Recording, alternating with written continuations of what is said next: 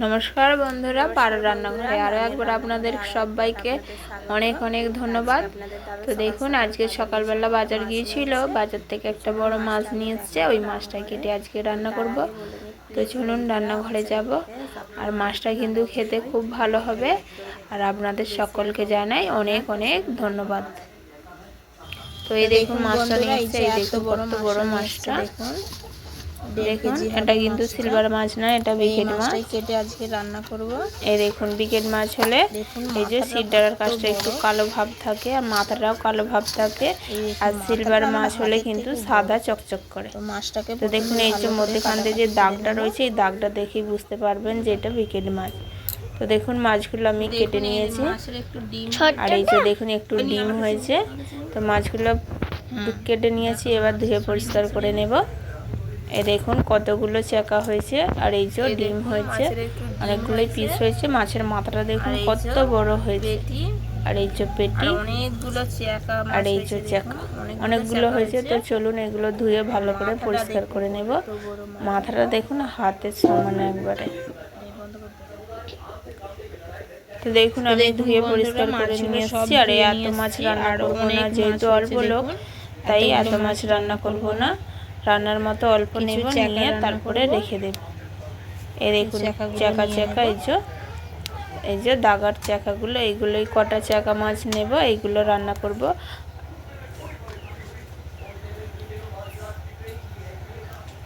পাঁচ ছ পিসের মতো নেব, এগুলো রান্না করব।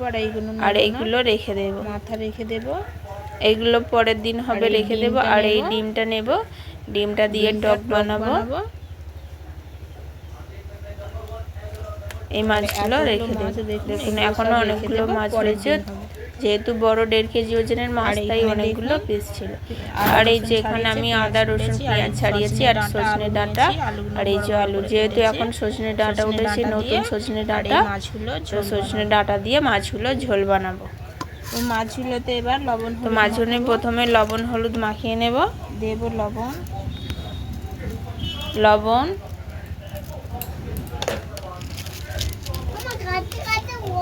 আর দেব হলুদ গুঁড়ো,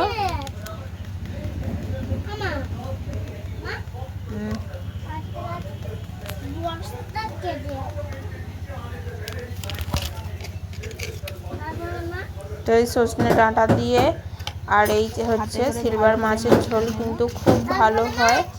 আমি যেইভাবে বানাচ্ছি আপনারাও এইভাবে বানাবেন, অবশ্যই আপনাদের খুব ভালো লাগবে। তো ভালো করে এই যে হাত দিয়ে লবণ আর হলুদ মাখিয়ে নেব। ওইটাকেও ওরকম করেই তো কাটবি, যেমন করে কেটেছি। মাছের চাকাগুলোকে এই যে হাত দিয়ে ঘষে ঘষে মাখিয়ে নিচ্ছি, যাতে লবণ আর হলুদটা এর মধ্যে মিশে যায়। লবণ হলুদ মাখানো হয়ে গেছে, এই যে কড়া নিয়েছি। এবার উনুনটা ধরিয়ে নেব।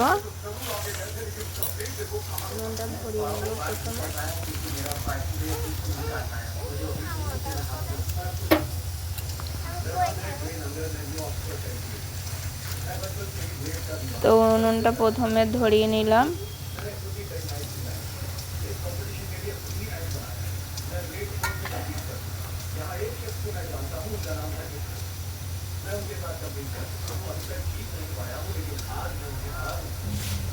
পাতা দিয়েই ধরালাম উনুনটা। তো দেখুন এবার কড়াইয়ের মধ্যে তেল দেব, সর্ষের তেল।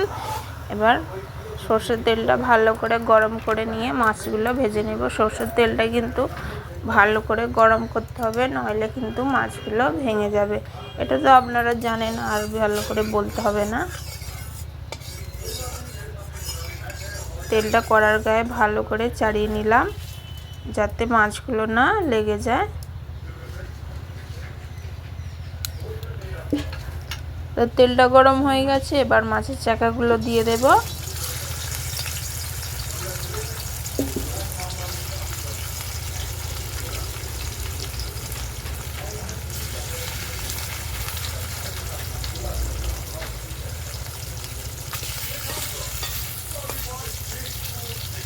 তো প্রথমে 4টে দিয়েই ভেজে নেব।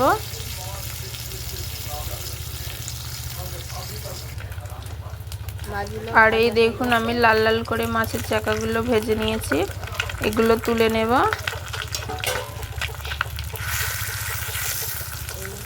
দেখুন একদম লাল করে ভেজেছি। আর মাছগুলো একটু শক্ত করে ভাজবেন, যেহেতু ঝোল হবে তাই শক্ত করে ভাজলে একটু শক্ত থাকবে, ভালো লাগবে। আর না হলে কিন্তু নরম হয়েছে একবারে তরকারির সঙ্গে ঘেঁটে যাবে। বাকি মাছগুলো তো এই মাছগুলো, বাকি মাছগুলো ভালো করে ভেজে নেব।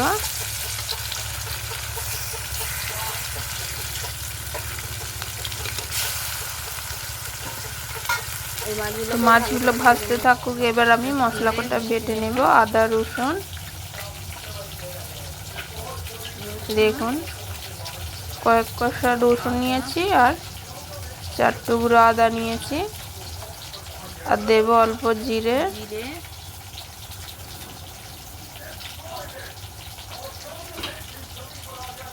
জিরে দিয়ে আদা, জিরে আর রসুন সব একসঙ্গে ভালো করে বেটে নেব।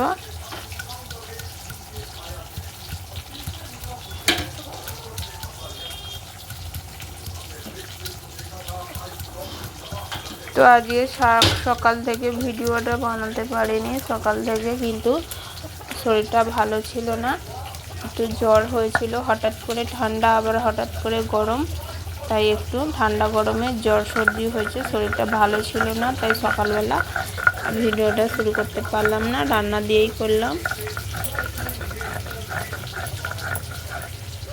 তো আদাগুলো ভালো করে বেটে নেব। তো দেখুন আমার বাটা হয়ে গেছে, মিহি করেই বেটে নিয়েছি।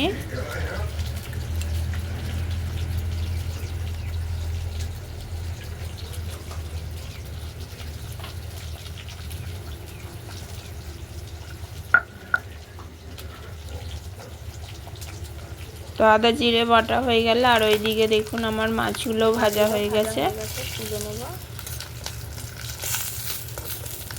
মাছগুলোকে এবার তুলে নেব। এবার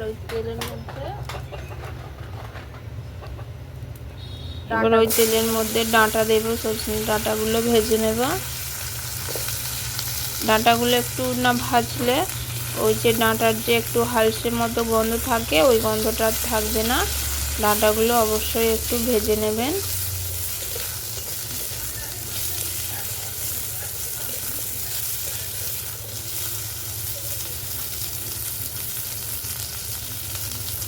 ডাঁটাগুলো ভাজা হয়ে গেছে। এবার ধুয়ে রাখা আলুগুলো দিয়ে দেব।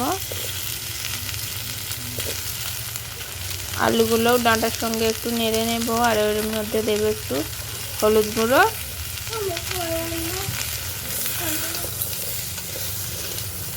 একটু হলুদ গুঁড়ো দিলাম।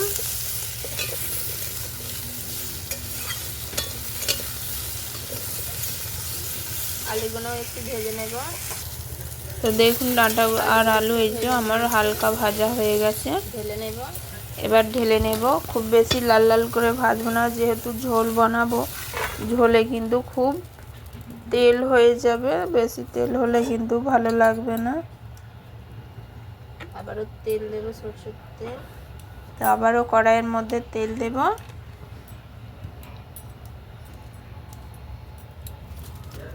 এবার দেব পেঁয়াজ কুচি। দুটো পেঁয়াজ কুচানো ছিল, মিডিয়াম সাইজের দুটো পেঁয়াজ। পেঁয়াজগুলো ভালো করে ভেজে নেব। দেখুন পেঁয়াজগুলো আমি ভালো করে ভেজে নিয়েছি। এবার দিয়ে দেব আদা জিরে বাটা। এটাকেও 1-2 মিনিট ভেজে নেব, যাতে রসুনের কাঁচা গন্ধটা চলে যায়। তো দেখুন 1-2 মিনিট মতো ভেজে নিয়েছি। এবার দিলাম হলুদ গুঁড়ো আর দেব লঙ্কা গুঁড়ো, জল, আর দেব অল্প একটু জল। এবার মশলাটা ভালো করে কষিয়ে নেব। যেহেতু জিরে বেটে দিয়েছি আর জিরে গুঁড়ো দিলাম না।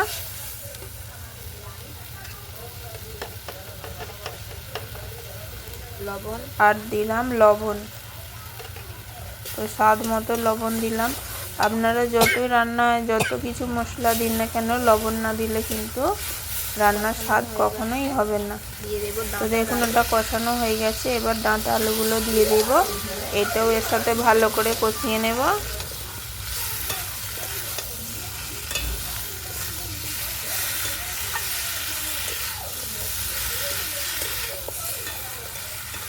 ডাঁটা আলু আমি যেইভাবে কেটেছি আপনারা এরকম না কাটলে ছোট করেও কাটতে পারেন।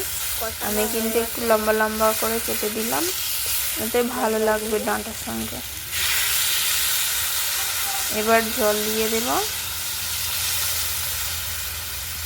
ঝোল অনুযায়ী জল দেবেন। আপনারা যেমন ঝোল খেতে পছন্দ করেন সেইভাবে জল দেবেন। আর যদি কম খান তাহলে অল্প জল, আর যদি বেশি ঝোল খান তাহলে একটু বেশি করেই জল দিয়ে দেবেন। দেখুন জল দিয়ে দিলাম, এই যে খুব বেশি ঝোল রাখবো না। আর এই দেখুন এখনই রঙটা কত সুন্দর হয়েছে। তো ঝোল আলু ভালো করে ফুটিয়ে নেব। এই দেখুন আমার ঝোল আলু ভালো করে ফুটিয়ে গেছে, আমি কিন্তু এতে আর অন্য কোনো মশলা দিইনি। এবার এই যে ভেজে রাখা মাছগুলো দিয়ে দেব। মাছগুলো দিয়ে কিন্তু বেশিক্ষণ ফোটাবো না, তাহলে কিন্তু মাছগুলো নরম হয়ে যাবে আর খেতে ভালো লাগবে না। মাছগুলো একটু খুন্তি করে ডুবিয়ে দিলাম, বেশি ফোটাবো না, 2-3 মিনিটের মতো ফুটিয়ে নেব।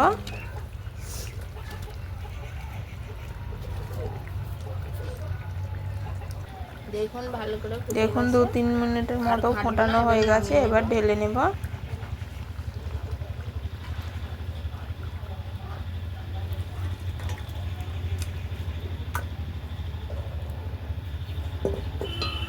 হয়ে গেল ডাঁটা দিয়ে মাছের ঝোল। দেখুন ডাঁটা আর আলু দিয়ে মাছের ঝোল। তো রঙটা কত সুন্দর হয়েছে দেখুন, আপনারাই অবশ্য বাড়িতে বানিয়ে খাবেন।